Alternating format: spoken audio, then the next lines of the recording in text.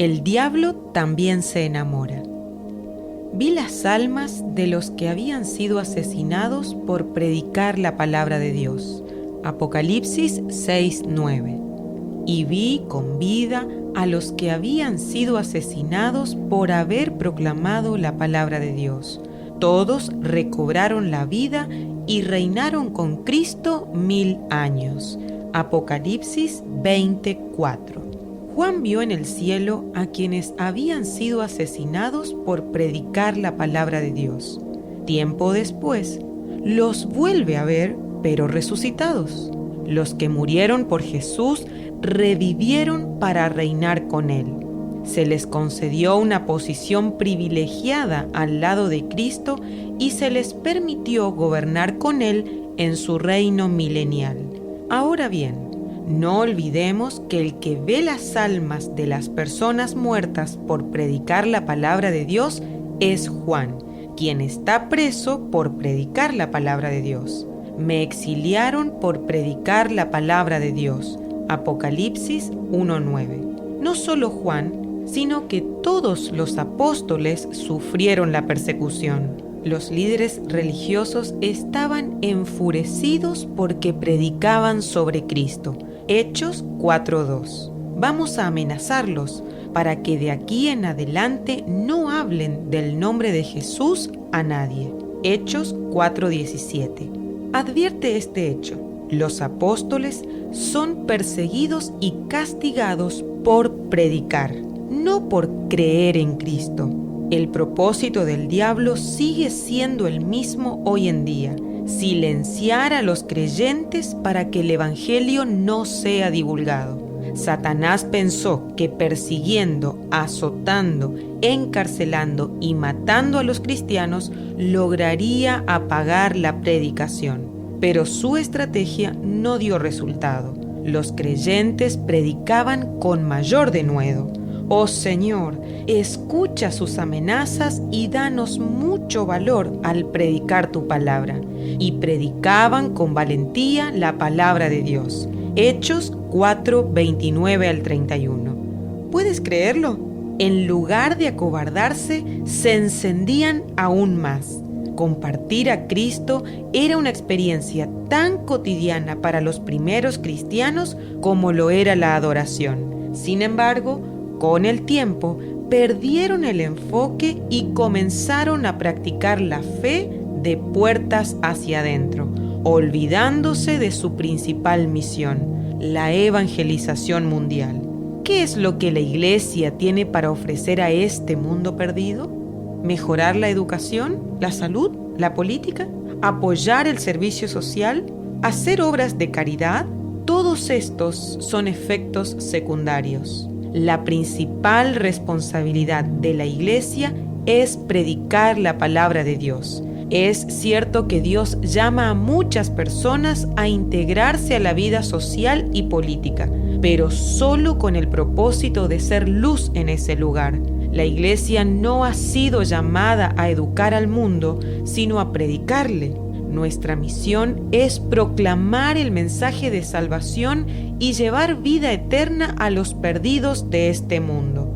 Jesús dijo: vayan por todo el mundo y prediquen la buena noticia a todos. Marcos 16:15.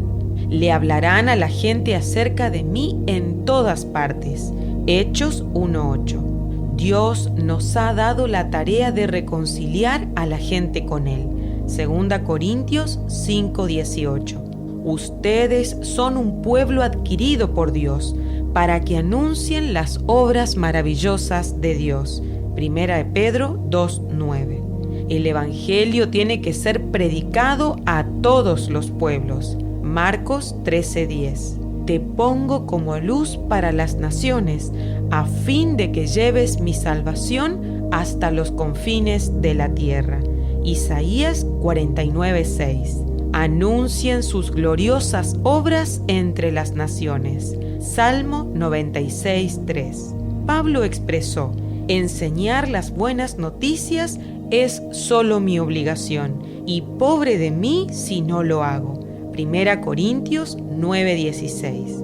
Nota las siguientes palabras: prediquen, hablen, cuenten, anuncien, enseñen.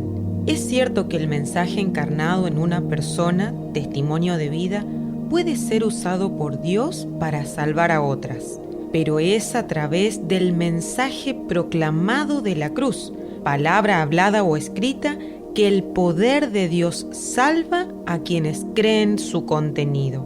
Agradó a Dios salvar a los creyentes por la locura de la predicación. 1 Corintios 1:21. ¿De dónde vino esa idea de predicar solo con nuestro testimonio? El ejemplo del cristianismo no salva a nadie.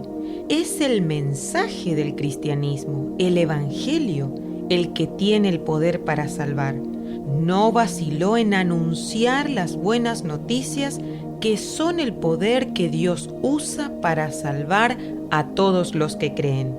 Romanos 1:16. La fe que necesitamos para ser salvos es el resultado de oír el mensaje, pues para que alguien pueda oír el mensaje, tiene que haber otro que le hable de Cristo.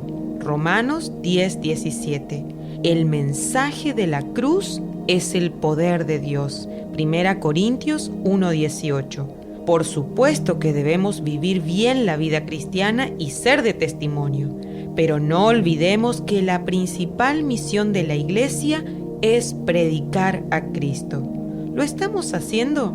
¿Nos sentimos culpables por no obedecer? ¿Agradaremos a Dios al no compartir el mayor tesoro que nos ha dado?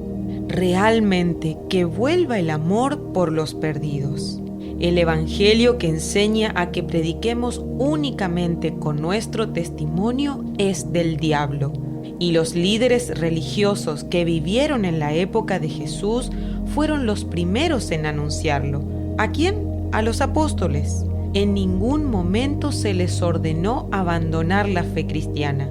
No les pedían que dejaran su testimonio cristiano y se convirtieran en delincuentes. Nada de eso. Solo se les ordenaba que no predicaran. Es que el diablo está enamorado de las almas de las personas y hará todo lo posible para que sigan bajo su poder. Hoy en día, en muchos países, no está prohibido creer en Cristo ni practicar la fe dentro de los templos. Lo que está prohibido es hacer proselitismo. En otras palabras, prediquen solo con su testimonio, pero no hablen. Lo lamentable de todo esto es que los cristianos hemos aceptado como bíblico el evangelio del diablo. ¿Necesitamos acaso una invitación especial para predicar? ¿Alguien cree que aquellos que están al servicio de Satanás promulgarán leyes autorizando a los creyentes a predicar el evangelio?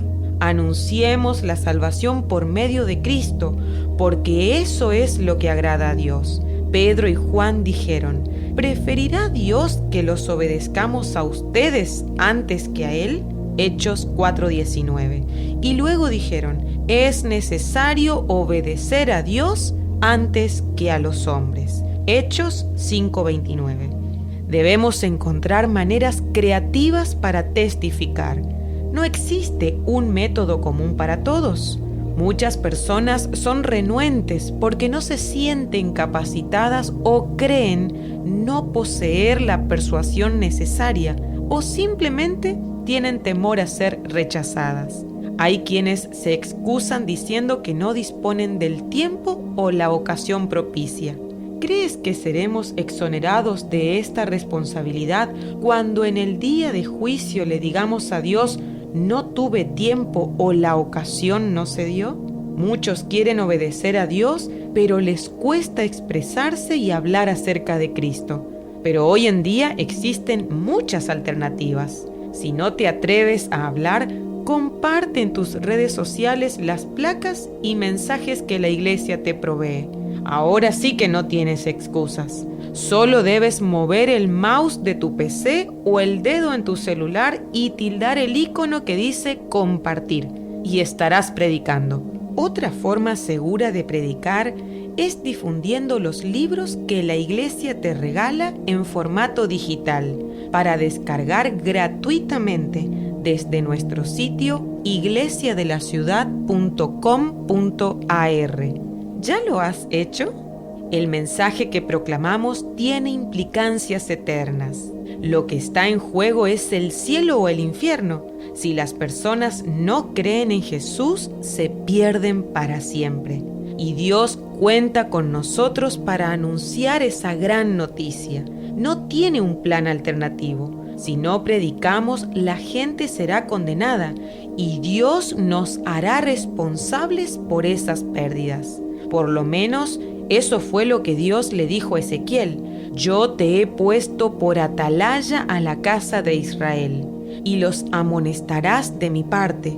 Cuando yo dijere al impío, de cierto morirás, y tú no le amonestares ni le hablares, para que el impío sea apercibido de su mal camino, a fin de que viva, el impío morirá por su maldad, pero su sangre demandaré de tu mano. Pero si tú amonestares al impío, y él no se convirtiere de su impiedad y de su mal camino, él morirá por su maldad, pero tú habrás librado tu alma. Ezequiel 3, 17 al 19. Dios le pidió a Ezequiel que predicara y les advirtiera a las personas que se vuelvan de sus malos caminos para que sean salvos. De lo contrario, demandaría de él la sangre de todas ellas.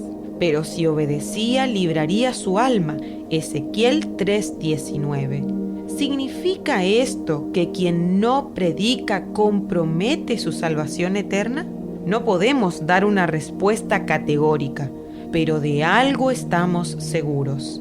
La consecuencia por desobedecer el mandamiento de predicar no es una nimiedad. El pasaje alude a consecuencias que no son meramente temporales o terrenales.